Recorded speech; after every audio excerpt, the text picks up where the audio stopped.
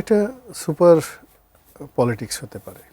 Super politics হতে পারে কারণ হলো কি, জামাতের সঙ্গে ভারতের একটা সম্পর্ক আছে, রয়ের একটা সম্পর্ক আছে, এরকম একটা ট্যাগ কথাবার্তা জামাতেরই যারা ঘনিষ্ঠজন তারা বলার চেষ্টা করছিল। এক, দুই নম্বর হলো যে এনসিপির সাথে জামাতের যে সম্পর্ক, এটা নিয়েও কিন্তু কানাঘোষা হচ্ছে যে জামাতের বি টিম এনসিপি, এনসিপির বি টিম জামাত। তিন নম্বরে যে ট্যাগটা হচ্ছে যে মাহফুজ থেকে শুরু করে সার্জিস আলম বা অন্যান্য যে সমস্ত লোক সরকারে আছে তারা সবাই জামাতের রিক্রুট। এখন এইগুলোতে যেহেতু আওয়ামী লীগ চলে গেছে, দুই নম্বর হলো তারা বিএনপিকে মাইনাস করতে চাচ্ছে।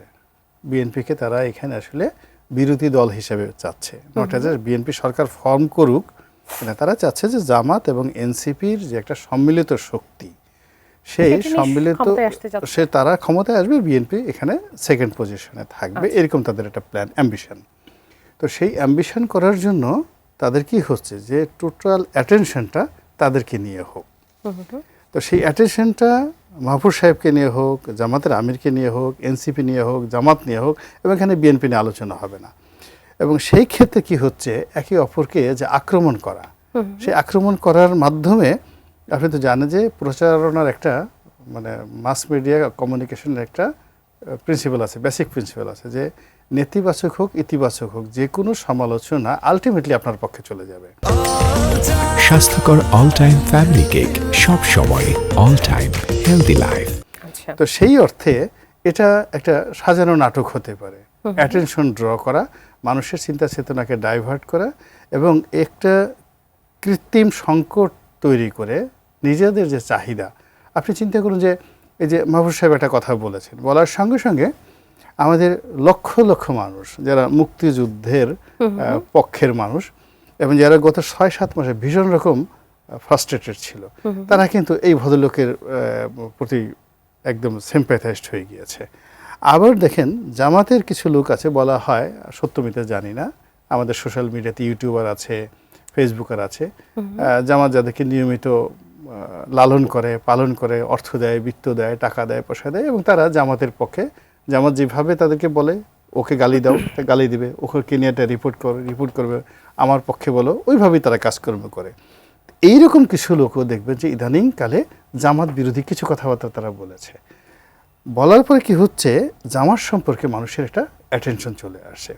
আর আপনাকে নিয়ে যখনই কোনো একটা বিষয়ে অ্যাটেনশন চলে আসবে, ওটা আপনার জন্য রাজনীতিতে ইতিবাচক। আপনি দেখেন এই যে এখন আমরা এত কিছুর পরও আওয়ামী লীগ এই যে নিষিদ্ধ করা হয়েছে, তো নিষিদ্ধ করার পর তো আওয়ামী লীগের আলোচনা বাদ দেওয়া যাচ্ছে না।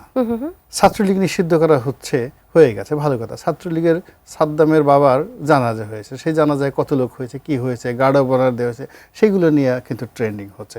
মানে ইট মিনস যে যখন আপনি যা কিছুই করেন, যদি মানুষের মন এবং মনন থেকে সেটাকে বের করতে না পারেন, তাহলে হবে না, নিষিদ্ধ দিয়ে কোনো কাজ হবে না। তো এখন ওই যে তারা যে কাজটা করে ফেলেছে, কাজটা করার ফলে দেখা গেল যে আগে আওয়ামী লীগ নিয়ে যদি 10টি কথা হতো, এখন নিষিদ্ধ করার পরে কথা হচ্ছে 20টি। আচ্ছা, তো 20টি কথাবার্তা হচ্ছে, সেটা ইতিবাচকই কথাবার্তা হচ্ছে, এই কেস করা হলো কেন, কি হবে। এবং অতীতে তো আওয়ামী লীগ আরও কয়েকবার এভাবে নিষিদ্ধ হয়েছে, জামাতও নিষিদ্ধ হয়েছে, তারা তো আরও বেশি শক্তি নিয়ে ফিরে আসছে। তো ওনার মতো একটা ভদ্রলোক মানুষ, ওনার মতো একটা শিক্ষিত মানুষ, সারা দুনিয়াতে এত প্রায় 300-400 যার পিএইচডি ডিগ্রি আছে, 86 বছর বয়স, মানে একেবারে যাকে বলা হয় তার অভিজ্ঞতা ঝুনা হয়ে গেছে, ঝুনা নারকেলের মতো হয়ে গেছে, এই বসে কি মানুষ এই ভুল করে, এরকম কথাবার্তা হচ্ছে আর কি। ওই কথাগুলোকে ডাইভার্ট করার জন্য দেখা গেল যে এই যে এখন মুক্তিযুদ্ধ নিয়ে কথা, জামাত বিরোধী কথা, মানে এবং এনসিপির সাথে জামাতের যে বিরোধিতা, it's a one sort of new policy of marketing.